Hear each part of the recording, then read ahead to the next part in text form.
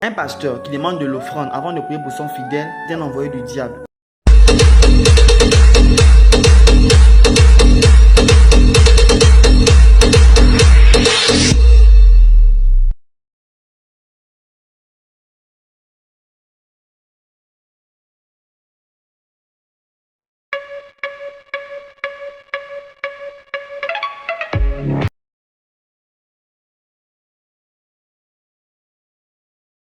Shalom, shalom, shalom, bien-aimés. Aujourd'hui, nous allons parler de l'offrande et des appels de fonds. Quelle est l'importance de l'appel de fonds? Quelle est l'importance des offrandes? Pourquoi il faut faire des offrandes dans l'église? Pourquoi on fait des appels de fonds? Donc, sans plus tarder, nous allons regarder les vidéos qui créent des polémiques. Vous allez donner votre point de vue en commentaire, liker et surtout, n'oublie pas de t'abonner si tu n'es pas encore abonné à cette chaîne. Abonne-toi et likez. Donne ton point de vue en commentaire. Héros, viens chercher ton enveloppe. Ce n'est même pas pour toi, c'est pour ta famille. Ce n'est pas une offrande, c'est une sémence. 2000 €, viens prendre. Si pour cette fois-ci tu dois faire saigner ton compte, ça a tout un sens. J'attends une mère, un père. Ce sont des générations. Si c'est tout ce qu'il reste, il faut aller avec la foi jusque-là. Aujourd'hui, tu mettras dans le panier des offrandes ton plus grand billet. Ton plus grand billet. Parce que comment tu peux dire que tu aimes Dieu, tu fais des cultes, tu rentres, seulement tu chantes, tu danses, ton argent tu sors avec. Est-ce que même tu donnes tes dîmes? Tes dîmes.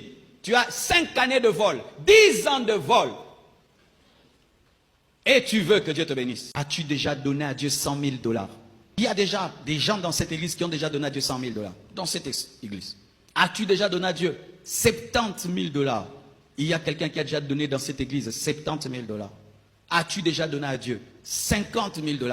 Il y a quelqu'un dans cette église qui a déjà donné 50 000 $. Un Congolais, pas un blanc. Oh, l'argent vient de l'Europe. Non, ici, 50 000 $. Lorsque Dieu veut t'amener au succès, il te donne des directives. Et quand tu les refuses, tu restes à la case de départ. À présent, nous allons voir des voix qui se lèvent contre ça. Et vous allez écouter leurs propos, vous allez donner votre point de vue en commentaire, liker, partager et surtout n'oubliez pas de t'abonner si tu n'es pas encore abonné à cette chaîne. Après, nous allons conclure avec notre point de vue. Ici, c'est le pasteur Marcelo, l'apôtre, le pasteur Marcelo qui est en train de parler. Regardez ses propos. L'argent, l'argent, l'argent, l'argent, l'argent. Et malgré ça, les gens vont dire Amen, Amen, Amen. C'est comme des moutons, quoi. Comme des moutons qui ne cherchent pas à réfléchir, ne cherchent pas à réagir. Lui, il vous dit qu'aujourd'hui, tu dois remettre la plus grande somme. Une grande somme pour ton offrande. Une grande somme. Qui bénéficie de l'argent là? Est-ce Dieu? C'est-à-dire lui, il a la capacité de prendre l'argent, puis après il part chez Dieu, il remet ça à Dieu. C'est comme ça qu'il est en train d'agir. Non! Lui, il a ouvert son business. Sa boîte qui est en train de tourner là. Donc chaque fin du mois, chaque dimanche, c'est l'activité, c'est-à-dire l'entreprise est en marche. Et puis, l'argent rentre. C'est pourquoi il parle 100 000 $, 50 000 $, donne la plus grande somme. Oh, ça c'est le diable qui est manifesté. Et c'est le diable qui dépouille des personnes au nom de Jésus-Christ. Il prend le nom de Jésus-Christ. Il sait que lorsque les gens vont écouter Jésus, Jésus, Jésus, ils vont être embrouillés. C'est pourquoi ils vous disent, viens payer 50 000 $ au nom de Jésus. Viens payer 100 000 $ au nom de Jésus. Vous avez un commentaire. Qu'est-ce que ça peut être de Dieu? Moi, je crois que ça, en tout cas, c'est le diable qui est manifesté parce que Dieu n'est pas dans l'argent. Dieu sait, vous avez reçu gratuitement, donnez aussi gratuitement. Toujours dans une église, elle est en train de parler de façon éloquente, de façon posée, remplie du Saint-Esprit, en griffe, bien sûr, disant 2000 €, 2000 €. Et c'est un peu de convertir 2000 € en francs CFA. Ou encore convertissez un peu 2000 € en votre monnaie actuelle. Vous allez voir à quoi ça ressemble.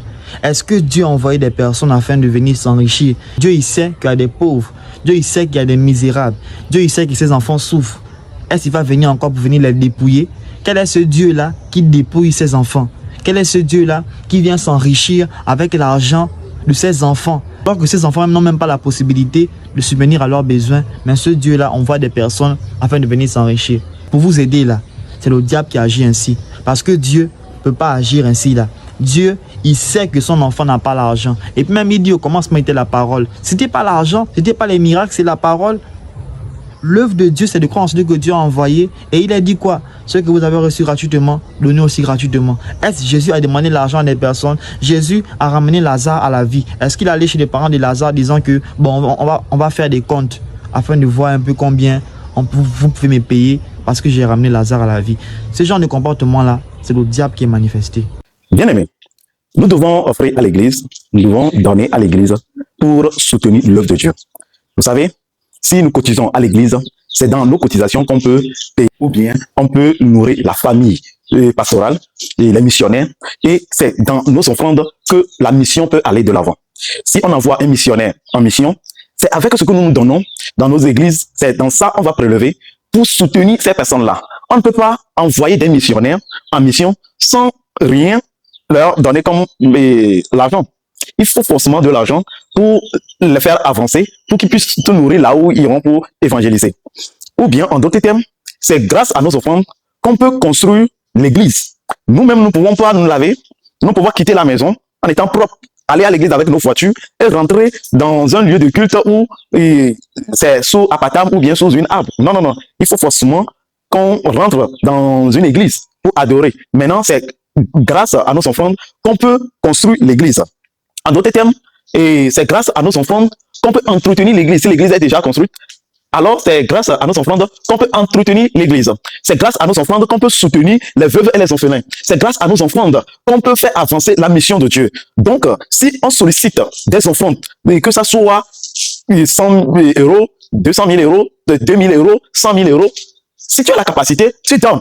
Personne ne viendra te forcer ou bien personne ne viendra t'attaquer parce que tu as l'argent, tu ne donnes pas. Mais si Dieu te met à cœur de donner une telle somme, tu peux facilement donner ça. Donc, ne soyons pas dans des critiques ou bien ne soyons pas dans ces genres de débats. Non, non, non, non, non, non. Si tu es malade, si tu tombes malade aujourd'hui et que tu vas à l'hôpital, on dit, il faut donner 2 millions. Tu vas dire, ah, moi, c'est à cause de maladie que vous me demandez de donner 2 millions. Non. Quand on va à l'église et on demande de donner, que ça soit 1 million, 2 millions, on demande que cela ne soit pas un sujet de polémique pour vous. Si tu as les moyens et que tu te mets à cœur de donner, va et tu donnes. Mais si tu n'as pas les moyens, donne ce que tu as. L'essentiel est que toi aussi tu as apporté ta pierre pour la construction de l'œuvre de Dieu. Donc, que Dieu nous bénisse, que Dieu nous soutienne et comprenons les choses de terre à terre pour que l'œuvre de Dieu puisse avancer.